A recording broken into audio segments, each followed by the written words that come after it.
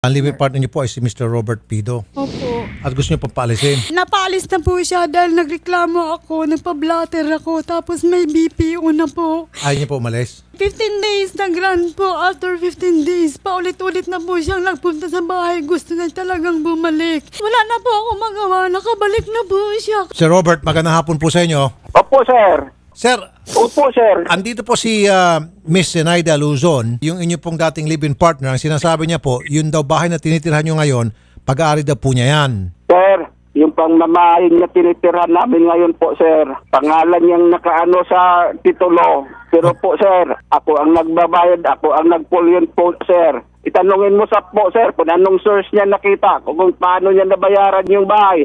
Dahil ako seaman po, sir. Sante na po, ang nagbabayad daw nung monthly niyan ay si Sir Robert dahil siya daw po ay seaman at may trabaho. Kayo naman daw walang source of income. Tama? Maari po.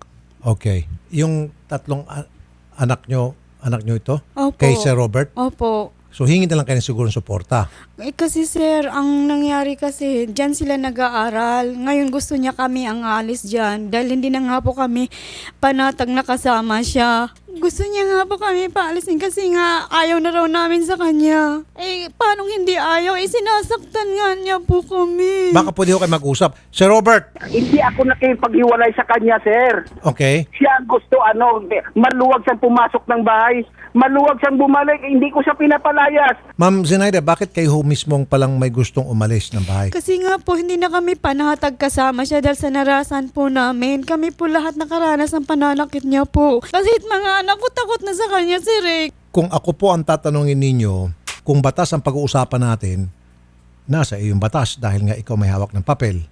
Pero kung yung pagiging patas dito at knowing the real situation, na pag-aamin mo mismo na siya pala nagpunda niya dahil wala ka naman source of income talaga, then siya talaga may-ari, ayaw ko makialam niyan. However, doon ho sa suporta sa mga bata, pwede kita matulungan. Maobliga natin siya na suportahan yung tatlong anak nyo. Sir Robert! Hindi ko naman sila pinapabayaan. Dito naman sila sa akin, sir. Bakit ano pang suporta? Dahil kumakain naman kami 3 beses sa isang araw. Ang sinasabi niya, sir, kaya raw siya umalis dahil sinasaktan niyo raw po siya. Aywan ko sa kanya, sir. Nababaliw na yan. Aywan ko. Hindi Gusto mo, po. Okay, sige. Ito mga bata. Bakit kayo umalis ng bahay? Kasi po binabantaan niya po si mama. Pero sinasaktan ba kayo, kayong tatlo magkakapatid? Lalong-lalo na po yung kapatid ko na pangalawa. Ano ginagawa? Inaampas-ampas na po sa likod. Kapag Hindi lang po, pinatutulog sila sa labas ng bahay. Pinadadabdi pa sa gitna ng kalsada, nakadipa. Umuulan na, di pa pinapapasok. Ganun po siya kasalbahe. Sa aspetong yan, pwede ho natin siya sampahan ng child abuse. Kaya po, hindi ko na natiis kasi pati mga anak ko nakikita ko na. Ako okay lang kasi kaya ko pa para sa mga anak ko pero sila nasasaktan na po. Hindi na po dapat. Pwede na ho natin ito ikorte. Yung pong sa pananakit sa mga bata, child abuse. Sasamahan po namin kayo sa DSWD para makapagsampaw ng kasong child abuse. Sir Robert, ayaw na po nitong inyo pong dating live-in partner na makipagbalikan sa inyo. At meron po naman siyang dahilan dahil hindi na raw niya po kaya yung mga dating ginagawa niyang pananakit sa kanya, lalo po sa mga bata. So that's understandable. Opo, sir. Kagabi gusto na namin umalis. Sabi ko, ate, pakiramdaman muna natin. Baka sakali. Pero natatakot po talaga sila. Ayaw nila. Gusto nila umalis na kami sa bahay. Ang pinakamaganda sana dito, Sir Robert, mag-uusap kayo sa MSWD kasi sila may mga psychologist yan. Ma'am, payag ka ba na dadalhin ko kayo sa MSWD? Kung yun pong makakabuti, sir. Yung po ang mga kabuti. Sige po. Mr. Robert, Sir. Sir, mag-usap kayo sa DSWD at saka sa Women's and Children's Desk. Pag-usapan niyo po ito. Sir, kung saan-saan na kami nagpunta, sir. Ganun talaga. Sir, hindi na po tama pagdidisiplina yung mga bata. Padipahin mo po sa labas. Hindi mo na pwedeng gawin yan panahong ito. Makakasuhan ka, sir. Sir, hindi lang ako grabe manakit. Mas grabe yan manakit, sir. Naduduguan yung mga anak ko sa kanya. Ano po ginagawa niyo sa mga anak niyo? Pinukpok niya ng kutsara ng lalaki ko. Nagdugo yun. Ako wala akong pasa, wala akong dugo sa mga anak ko dahil kontrolado ko. Guilty din pala kayo, ma'am, sa hindi tamang pagdidisiplina sa bata. Pinupukpok po niyo kutsara yung anak niyo. Huwag niyo pong ginagawa yun, ma'am. Hindi po tama yung pagdidisiplina. Pareho pala kayong old school. Okay, that's not the way to discipline a child these days. Dinidiplomasyon, kinakausap. Di ba? Tama, boy? At kaya pala natutrauma yung mga bata. Kasi pareho pala kayo nananakit eh. Ako ba yun, Gab? Hindi, sino nagpupok ng kutsara? Ano po, isang beses lang po dito. Okay. So, ma'am, maski na isang beses, hindi niyo po pinupukpok ng kutsara. Ako nagpukpok sa'yo? Pukpok lang isang beses. O kaya nga, pinupok mo siya ng isang beses. Ma'am, wag mo siyang tingnan Ay, na masama opo, mata. opo. Sorry po. Ma'am, Hindi, ano ko hindi, lang. no. Ma'am, tinitingin niyo siya, nilalakhin niyo siya ng mata eh. Siyempre, Sorry. babawiin ng bata yung sinabi. No, ma'am, guilty ho Okay. kayo pareho sa bad disciplining of a child. It's not the proper way to discipline a child. Dapat hindi kayo pinapalo, pinagsasabihan kayo na maayos, tama? Yes, sir. Hindi dapat kayo pinapalo sa ulo, hindi dapat kayo pinapadipa sa kalsada, hindi dapat kinakausap kayo na maayos. You agree?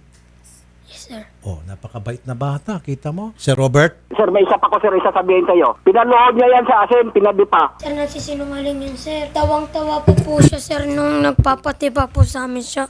Ay, sinungaling ka pala, Sir Robert. Oh, pinadipa pero tinatawanan mo raw itong habang nakadipa tong anak niya. Habang nasa probinsya po si mama, pinalayas niya po kami magkakapatid. Tapos po, sumili po siya. Tawang-tawa po daw siya sa amin. Ikaw pala may problema, sir.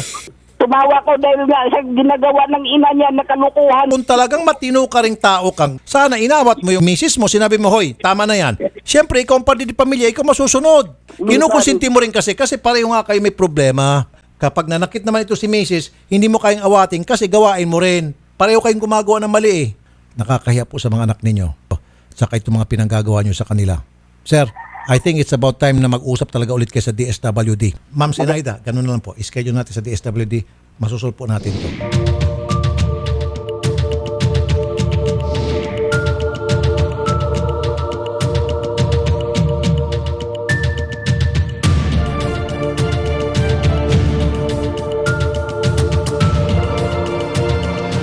Ang problema na naman talaga natin yung pananakit niya. Sinabi ko yun sa kanya. Sabi niya, aayusin daw namin.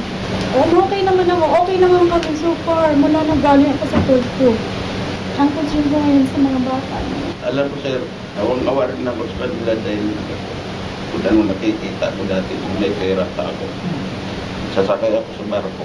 Pag ano gusto nila, naibigay ko. Walang daming tanong, walang ano. Padala. Ngayon, wala na ako maibigay. Kaya minsan nasasaktan ako. Kahit kunting pagkain lang, nakita ng McDo. Sabi, wala na akong pera. Masakit. Kaya minsan natatrigger ako. Dinadala ko na lang sa sigaw. Gusto ko siyang pagbigyan ng isang pagkakataon. Sir Rafi, maraming salamat po sa tulong nyo. Nagkaayos po kami para sa mga bata at para din po mabuo muli ang pamilya namin. Maraming salamat po at natulungan nyo kami ng